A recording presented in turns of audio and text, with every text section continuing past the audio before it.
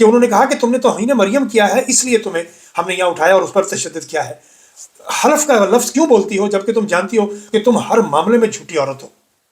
صدر عارف الوی امریکہ میں Fox news 2 پہ انٹرویو دے رہے تھے اور میری درخواست ہے اسی مریم نوٹنکی سے اور اس کے والد وہ جو پرچی بادشاہ ہے نواز شریف سے کہ یقیناً دیکھتے تو آپ ہوں گے کہ یہ لوگ کیا بول رہے ہیں.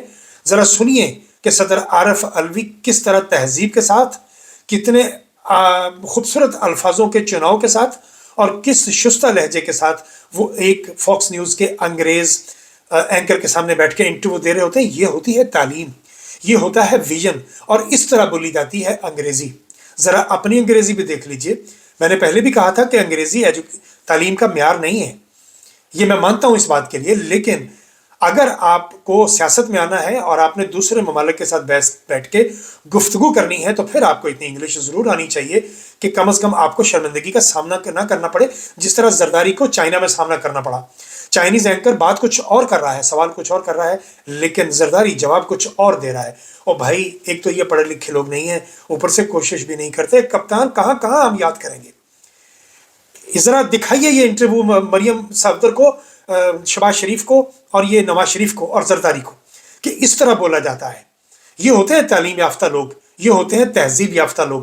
صدر عارف الوی کا انٹرویو جس نے نہیں دیکھا پلیز ضرور دیکھیے، آپ کو اندازہ ہوگا کہ شائستگی کیا ہوتی ہے. صدر پختونخوا جنید اکبر کہتے ہیں کہ یہ کوئی سیاست نہیں کہ آپ فیس بک یا ٹویٹر پہ آ کے بیٹھ کے بیان بازی کر دیں، عملاً آپ کچھ نہیں کرتے. جس نے کچھ نہیں کرنا وہ اپنے عہدے سے الگ ہو جائے. میرا خیال ہے کہ یہی موقع ہے. سبھی کاظمی نے بہت اچھا پوائنٹ ریز کیا ہے کہ 400 کے قریب پارلیمنٹیرین ہیں تمام صوبوں میں اور قومی اسمبلی میں اور سینیٹرز ملا کے. یہ 400 افراد اڈیالہ جیل کے باہر بیٹھ کے دھرنا کیوں نہیں دیتے؟ کیونکہ جب 400 پارلیمنٹیرینز کے ساتھ سینیٹرز کے ساتھ اگر وہاں بیٹھیں گے اور پھر حکومت، یہ پنجاب کی جعلی 2 نمبر حکومت اگر ان کے خلاف کوئی ایکشن کرے گی تو یہ بات پوری دنیا پر جائے گی اور اس بات کا اثر ہوگا کہ یعنی اپوزیشن کے تمام لوگوں پر اتنی فستائیت کی گئی ہے. یہ بات اثر رکھے گی اور میرا خیال ہے کہ پنجاب کے جتنے پارلیمنٹیرین ہیں اب ان کو کوئی شرم حیا کر لینی چاہیے اور سب کو مل کے جا کے اپنے ساتھ 5-5 ہزار بندہ لیجئے اور جا کے اڈیالہ جیل کے باہر بیٹھ کے دھرنا دیجئے. یہی ایک طریقہ ہے. جو لوگ یہ بات سوچ کے بیٹھے ہوئے ہیں کہ ٹرمپ ہی فون کرے گا تو عمران خان کو اڈیالہ جیل سے رہائی ملے گی، میرا خیال ہے میں بار بار یہ بات کہہ چکا ہوں کہ یہ عمران خان کی توہین ہے، یہ پاکستان کی توہین ہے. کیوں امریکہ مداخلت کرے اس بات کے لیے؟ ہاں، امریکہ کو جو رجیم چینج کے تحت جو خرابی اس نے کی ہے اسے اس کو سدھارنا ہوگا. یہ بات بہت اہم اور بہت ضروری ہے. لہٰذا یہ 400 افراد اپنا حق ادا کریں اور جا کے اڈیالہ جیل کے باہر بیٹھیں. وہ سرکاری حاجن عاصمہ شیرازی کا پروگرام آپ نے دیکھ لیا ہوگا فیصل چودھری کے ساتھ. یار سمجھ نہیں آتی، پھر جملہ دہرا رہا ہوں عمران خان کا کہ ایک تو یہ پڑھے لکھے لوگ نہیں ہیں اور اوپر سے کوشش بھی نہیں کرتے. کہتی ہیں کہ عمران خان نے جو خطوط لکھے ہیں ان کی باڈی لینگویج عمران خان کی گفتگو کے ساتھ میچ نہیں کرتی. یعنی ہمیں زندگی میں پہلی بار پتہ چلا ہے کہ خط کی بھی کوئی باڈی ہوتی ہے. لینگویج تو ہو سکتی ہے خط کی، لیکن خط کی باڈی لینگویج ہوتی ہے.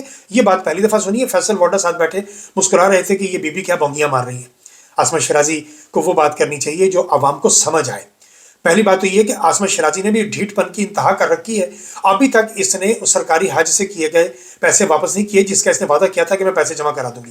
یہ لاکھوں روپے کا پیکج لیتی ہے چینل سے، لیکن ہمت نہیں پڑتی. یہ بخیل لوگ ہیں، یہ اندر سے مارے ہوئے لوگ ہیں، پیسے کے لیے مرنے والے لوگ ہیں. یہ نہیں واپس کرے گی کبھی بھی. عاصمہ شیرازی کو سب سے پہلے تو وہ پیسے واپس کرنے چاہیے. وہ اسٹیٹ کا حق تھا، وہ غریب عوام کے ٹیکسوں کے پیسے تھے جس پر تم حج کر کے آئی ہو، اور مجھے پکا یقین ہے کہ انشاءاللہ تمہارا یہ حج قبول نہیں ہوگا جب تک تم یہ پیسے واپس نہیں کرو گی. اور سہیل وڑائچ کہتے ہیں کہ عمران خان اور ان کے شدت پسند حامی اپنی انتہا پسندانہ بیانیے کے غلام بن چکے ہیں. اس کا مطلب یہ اعتراف ہے سہیل وڑائچ کی طرف سے کہ عمران خان کے نظریے پر نوجوان ڈٹ چکے ہیں. عمران خان کے بیانیے پر یہ نوجوان اس کو قبول کر چکے ہیں اور یہی وجہ ہے کہ وہ اس کے ساتھ ڈٹ کے کھڑے ہیں. لیکن سہیل وڑائچ آپ بھی تو ایک عرصے سے خاندان شریفہ کی غلامی میں کھڑے ہیں. اگر آپ بدل جائیں گے تو شاید نوجوان بھی اس بات کو سوچیں کہ ہمیں آگے کیا کرنا ہے. آپ ہی نہیں بدلتے، جو جھوٹ پہ کھڑے ہوئے ہیں تو جو حق سچ پہ کھڑے ہوئے ہیں وہ کیوں اپنا نظریہ بدل دیں؟ ذرا یہ بتائیے گا. اور آخر میں ونسٹن چرچل نے کہا تھا کہ آپ راستے میں آنے والے اور بھونکنے والے ہر کتے کو پتھر ماریں گے تو آپ منزل تک نہیں پہنچ سکیں گے. جو لوگ مخالفت میں بیان دیتے ہیں یا جنہیں ہماری باتیں ہاضم نہیں ہوتی ان کے لیے یہ میں نے پڑھا ہے. میرا خیال ہے میں اتنا ہی کافی ہے، میرا یہ جواب ان کو سمجھ آ جائے گی. ابھی تک کے لیے اتنا ہی، باقی باتیں اگلے ولاگ میں.